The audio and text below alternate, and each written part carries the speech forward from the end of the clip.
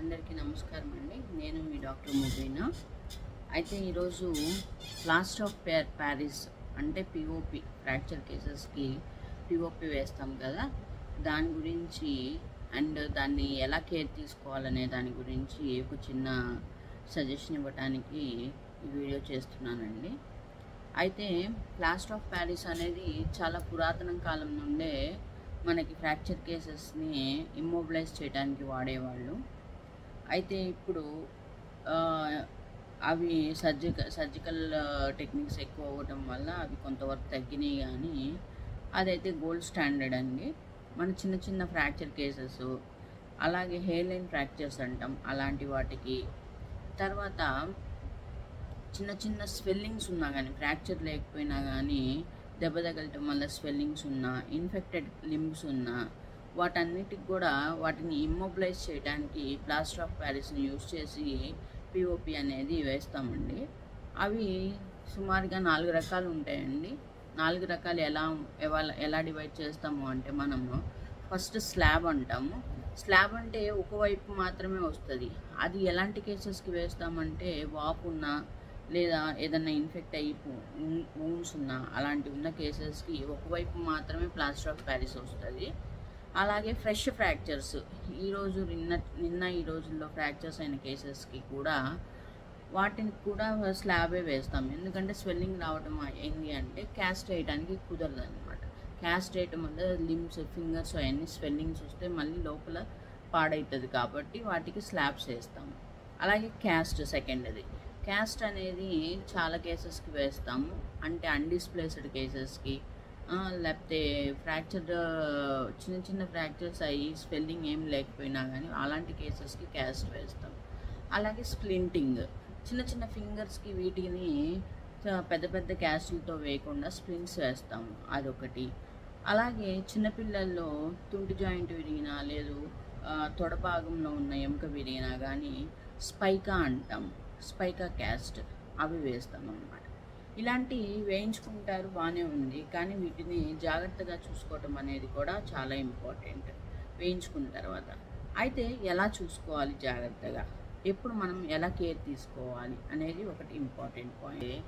First elevation, limb అనేది ఎలివేషన్లో పెట్టుకోవాలి. First elevation అంటే హ్యాండ్కి అయితేనేమో ఆర్మ్ స్లింగ్ పౌచ్లో లేదా స్లింగ్లో, లేదా లింబ్ అయితేనేమో పిల్లోస్ పెట్టేసి ఎలివేషన్, మనం పడుకునే దానికన్నా కొంచెం హైట్లో పెట్టుకోగలిగితే ఆ స్లాబ్లో వాపు రాకుండా వాపు అంతా కిందకి దిగుతుంది, కాబట్టి ఎలివేషన్ పెట్టుకోవాలి ఫస్ట్.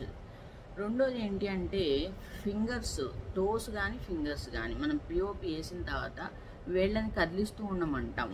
ఎందుకంటే లోపల ఉన్న కండరాలు ఉంటాయి కదా, అవి బిగుసుకోకుండా ఫ్రీగా కదులుతూ ఉంటే వాపు రాకుండా ఉంటుంది. కాబట్టి పిఓపి వేసిన తర్వాత చేతి వేళ్ళు కానీ కాలి వేళ్ళు కానీ కదిలిస్తూ ఉంచుకోమని చెప్తాం. ఇది రెండో పాయింట్. మూడోది స్లాబ్ని కానీ క్యాస్ట్ని కానీ తడపకుండా చూసుకోవాలి. తడిపితే లోపలికి నీరు వెళ్ళి పుండ్లు అయ్యే అవకాశం ఉంటుంది, సో తడపకుండా చూసుకోవాలి. ఇది మూడో పాయింట్. నాలుగోది ఏంటంటే ఏది పడితే అది లోపల పెట్టి దురద పుడుతుంది కదా అని లోపల పెట్టుకోవటం, లేదంటే గీకటము, ఇలాంటి పనులు చేయకూడదు. ఇది నాలుగో పాయింట్. ఎందుకంటే దానివల్ల ఏదన్నా గుచ్చుకొని లేదా ఇన్ఫెక్ట్ అయ్యి ఏదో పుండ్లు అయ్యి అలాంటివి అయ్యే అవకాశం ఉంటుంది, కాబట్టి ఏది పడితే అది లోపల పెట్టుకోకుండా చూసుకోవాలి.